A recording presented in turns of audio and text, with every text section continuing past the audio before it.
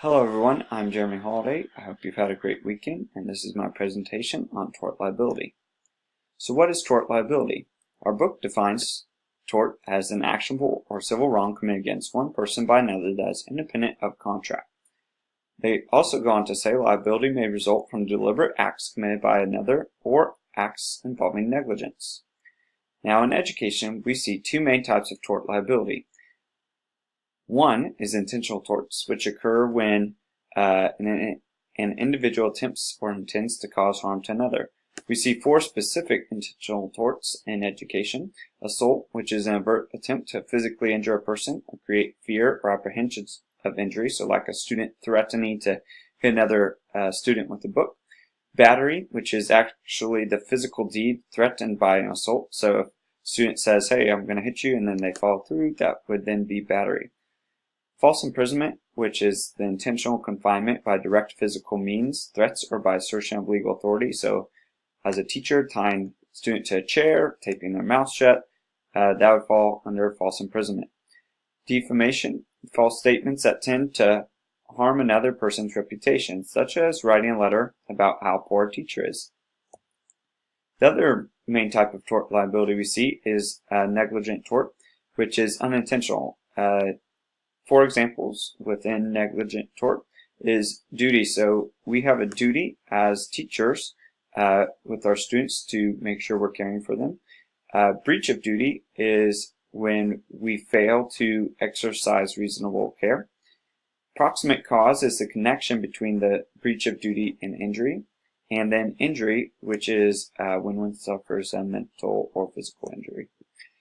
So going ahead and looking at some tort liability cases, Frame versus Comeaux.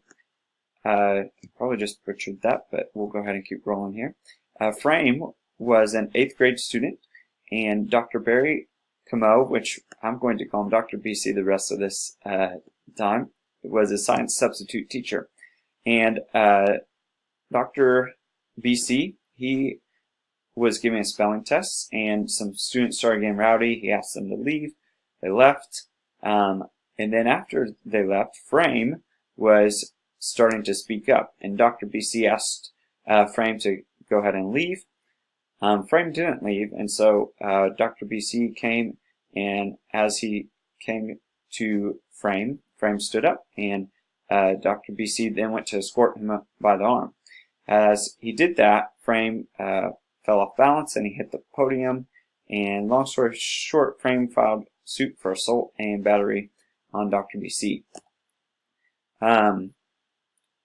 As far as reactive measures within my school, I would hope we'd get a lot of evidence. We'd call on students to share as witnesses. And as far as proactive measures so that this doesn't happen again, I think a lot of that's on a substitute teacher, making sure you've got a number to call if there's a difficulty.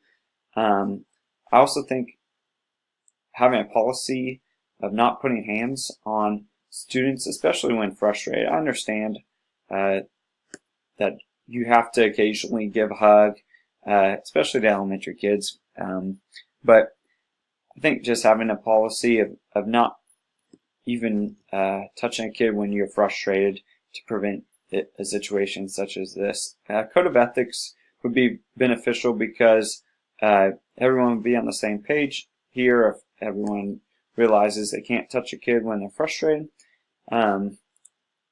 There would, I'm sure, be some gray areas as teachers always have to go through those times when maybe actually grabbing the student might be in the best interest to keep other kids safe. So moving on, though, we'll go ahead and take a look at Flanagan versus Canton School District. Flanagan was a 5th grader who got injured at school while changing during gym class. And so, a little background here. The gym teacher had paused class a little early before they could change and was giving them a talking to just about how they'd been getting too rowdy. And he went ahead and dismissed them to go to their locker rooms to change. And the gym teacher stayed back to talk with another student. And while they were talking with the other student, Brendan Flanagan got hurt, and so Flanagan's mom went ahead and sued for negligent supervision. The court ended up siding with Mrs. Flanagan, and I guess a few things to look at here is reactive measures. I just hope every time that there's an incident, there's evidence that's being gathered. They're calling witnesses to the principal's office and really taking time to sort through everything. Proactive measures, though, I think having a set routine for the locker room changing would be beneficial. I think also for as far as a code of ethics, having parents know kind of what the routine is. Maybe the gym teacher needs to get in and monitor more closely. I know when I was in middle school, our PE teacher would occasionally step on in and make sure that we were behaving, because yeah, it's typical for middle school boys especially to get a little rowdy. So, moving on, Johnson versus School District of Millard. Johnson was a first grader who got injured in music class. The music teacher had introduced the game London Bridge, and this was the first time they'd really played it. And little first grade Johnson was the first student that got caught, and two students that did the catching were shaking him really good, and they ended up letting him go, and he injured his right eye and had to have, I believe, 50 stitches is what the report had said. But the teacher ended up being sued for neglect. Again, reactive measures in this case, I hope that we're gathering evidence from both the students and the teacher. Proactive measures, I think anytime a teacher is assisting another student, which in this case the music teacher had been doing, that you would pause the game or be standing in a close vicinity to provide feedback for students as they play the game. I think also it's just inappropriate probably to be playing a more physical game like that. Now I understand physical education, there might be some games that get a little more physical, but just avoiding some of those rougher games in the classroom would be beneficial. I think having a code of ethics of where students are avoiding playing physical games in the classroom. As a first, second grade teacher, I try to avoid that because the kids just get riled up and they start getting rowdy. So, but moving on here, failure to supervise school playground. The merry-go-round was Rollins versus Concordia Parish School Board. Lisa Rollins was a 9-year-old student. She was out on the playground playing with friends and fell off the merry-go-round and ended up breaking her leg. Now, the class was outside for PE. They did have a substitute teacher with them, and a second class had actually joined them. And even though the second class had joined them, there was an additional teacher there with the sub. So the substitute teacher recognized the merry-go-round was going too fast, went to go tell the girls that were on it to slow down. As she went over there and asked them to get off and slow down, a little discussion broke out as boys were playing basketball, so the sub went to take care of that situation. In that time, that Lisa got hurt, and the school board ended up getting sued for neglect for not having enough playground supervision.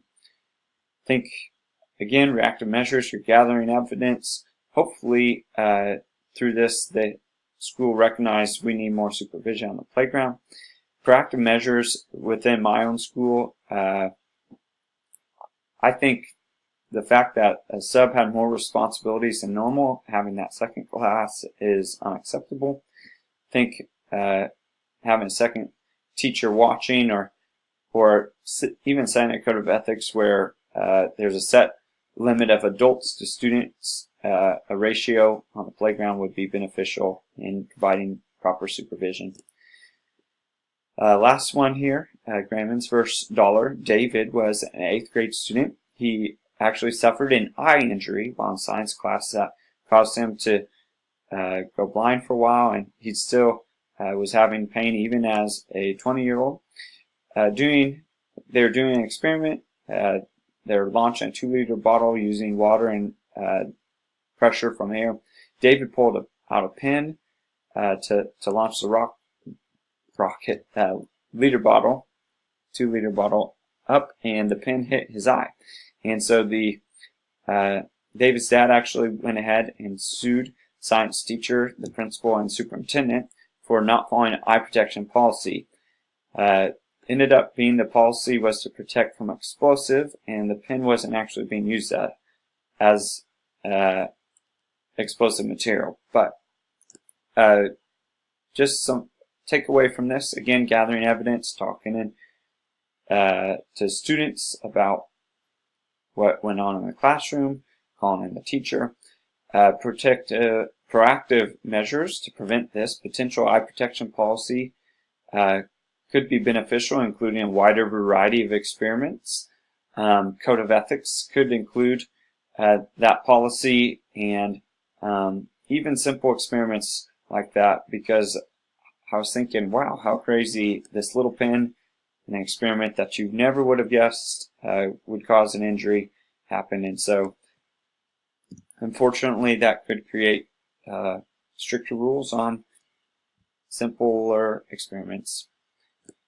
Here are my resources, and thank you so much for watching.